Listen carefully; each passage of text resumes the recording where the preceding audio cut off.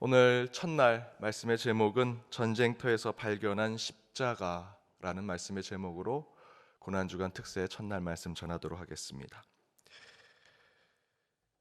이번 고난주간 특세에서는 앨리스터 맥그레스라고 하는 신학자의 십자가란 무엇인가라는 책을 기초로 그곳에 서 있는 십자가의 주제로 한 주 말씀을 나누고자 합니다. 오늘 그 첫날로 전쟁터에 세워진 십자가라는 제목으로 함께 고난주간 첫날 주의 말씀을 묵상하고자 하는데요. 독일의 지성과 영성을 겸비한 칼 바르트라고 하는 목사님이 계십니다. 이 목사님이 한 신학생에게 이런 질문을 받습니다.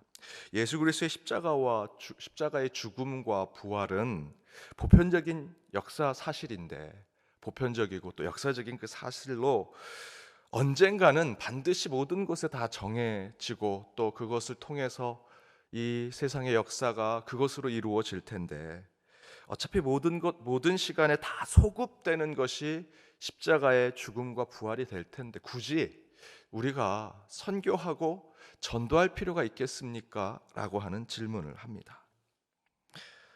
그때 칼바르트 이 목사는 이렇게 얘기합니다.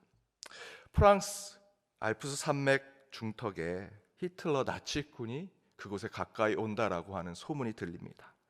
그래서 그 알프스 마을에 사는 사람들이 그 나치군이 악랄하다는 것을 얘기 듣고 중턱 마을에서 오히려 알프스 덧 꼭대기로 올라가게 됩니다. 나치군은 거기까지는 오지 않습니다. 그래서 그 마을 사람들은 그래도 자기 마을 조금만 내려가면 나치군이 자기의 마을을 점령하고 있다는 소식을 듣고 늘 두려워하면서 보초를 쓰고 무장을 하고 마을을 지켜냅니다.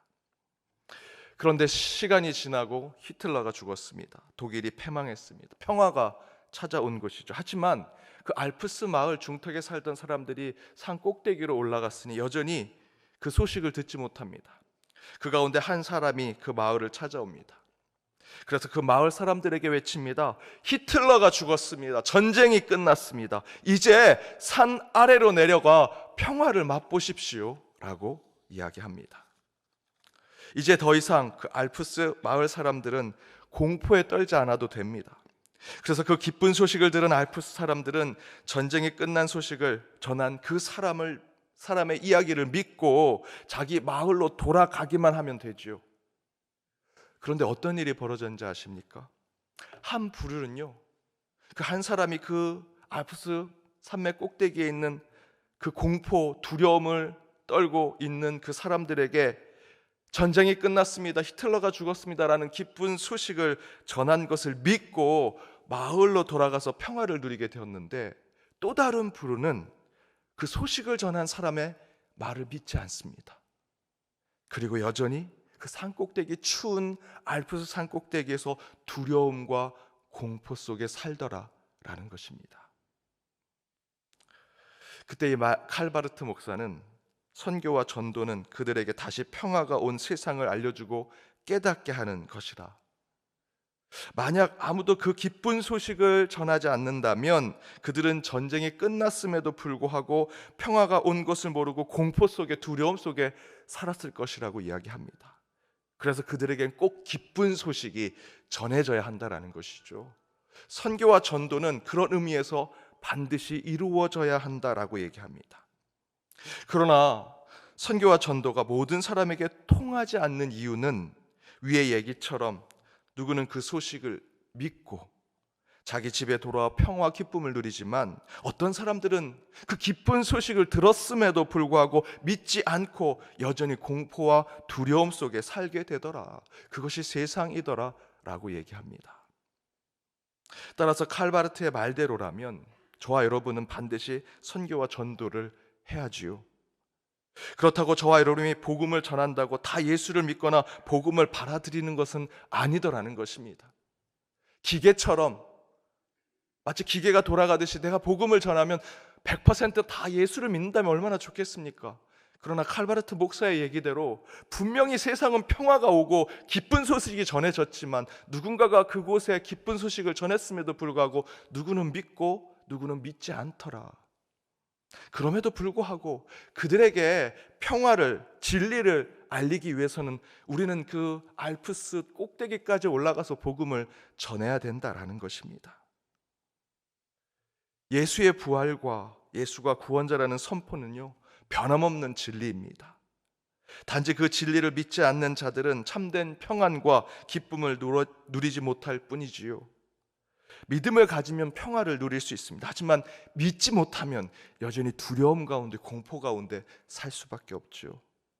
그 안에서 우리가 가지는 사명은 사람들이 믿던 믿지 않던 하나님께서 우리에게 주신 그 사명대로 기쁜 소식을 전하는 것이 우리 그리스도인의 모습이다라는 것입니다.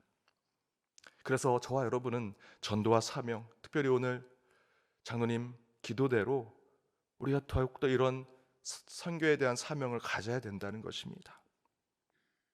그런데 알리스터 맥그레스라는 목사는 반대의 질문을 받습니다. 우리는 여전히 영적 전쟁이 벌어지고 있는 이 지옥과 같은 세상 속에 살고 있는데 어떻게 저 멀리서 일어난 예수의 복음, 예수의 그 기쁜 소식이 우리에게 기쁨과 감사와 능력이 될 수 있겠습니까? 여러분 삶을 한번 생각해 보십시오. 물론 예수의 십자가, 또 저 멀리 훗날 오실 예수의 재림이 우리에겐 기쁜 소식이 되고 우리에게 행복한 일이 되겠지만, 지금 이 땅에 살아가는 것은 참으로 고통과 아픔 속에 살아가는데 그것이 왜 지금 이 땅에서 우리에게 기쁨과 행복이 된 신앙의 삶으로 나아가야 하느냐라는 질문을 던진 것이죠. 그러자 앨리스터 맥그레스 목사는 이렇게 얘기합니다. 아주 비슷한 비유를 이야기하지요. 프랑스 한 마을에 잔인한 독일군이 점령합니다. 가족을 죽이고 집이 폭탄을 맞아 무너지고 겨울에 추위에 떨고 여름에는 더위에 병들어 힘들게 보냅니다. 아직 나치의 독일군이 마을을 지배하고 있어서 늘 공포와 두려움 속에 살아갑니다. 그런데 어느 날부터 그 마을 사람들이 조금씩 서로 모여서 얘기하고 기쁜 소식이 전해진 것처럼 마음이 달라지기 시작합니다. 왜 그런가? 저 멀리 노르망디에서 연합군이 승리했다라는 소식이 전해지기 시작합니다. 그래서 그 승리의 마음에 들뜨기 시작하고 기쁨의 때를 기다리는 마음에 마을 사람들이 기분이 좋아지기 시작합니다. 하지만 아직 나치군이 그 마을을 떠난 것이 아닙니다. 여전히 독일군이 그 마을을 점령하고 있습니다. 단지 그들은 저 멀리 노르망디에서 연합군이 승리했다는 소식을 들었을 뿐입니다. 그리고 노르망디에서부터 연합군이 조금씩 전쟁에서 승리하며 자기 마을에까지 올 수 있다라는 마음을 갖기 시작합니다. 아직 그들은 적군과 원수의 손에 지배를 받고 있지만 저 멀리에서 들려오는 그 기쁜 소식에 그 사람들은 이미 승리를 맛본 것 같습니다.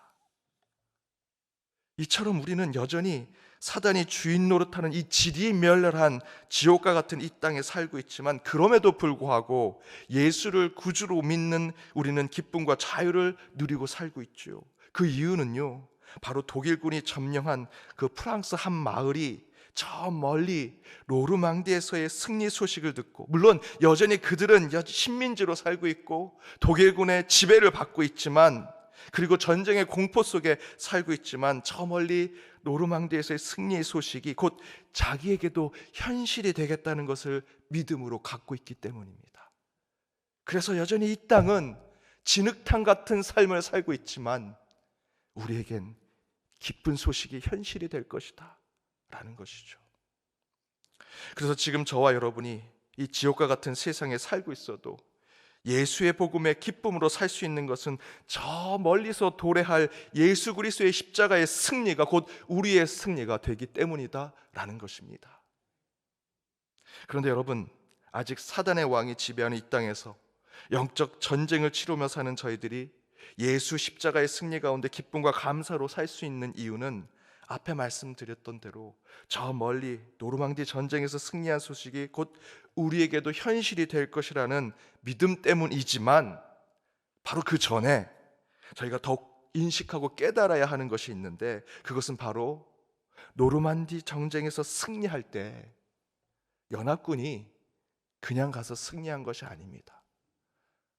오늘 예배가 끝나고 노르망디 전쟁에서 연합군이 몇 명이 죽었는지, 어떤 전쟁을 치렀는지 여러분 그 역사적 자료를 보십시오. 그냥 대포 몇 번 쏘고 자 우리가 이겼다 하고 깃발 꽂아서 연합군이 승리한 게 아닙니다. 그 연합군들이 많은 의를 위해서 전쟁을 치렀던 연합군들이 그곳에서 젊은 병사들이 하나하나 죽어가면서 10,000명 이상의 연합군이 죽어서 그 노르망디에서 승리를 이뤄낸 것입니다. 저 멀리서 들려오는 기쁜 소식에 우리가 먼저 깨달아야 하는 것은 그 기쁜 소식을 만들기 위해서 10,000명의 젊은 용사들이 목숨을 다해 전쟁에서 싸웠다라는 것입니다.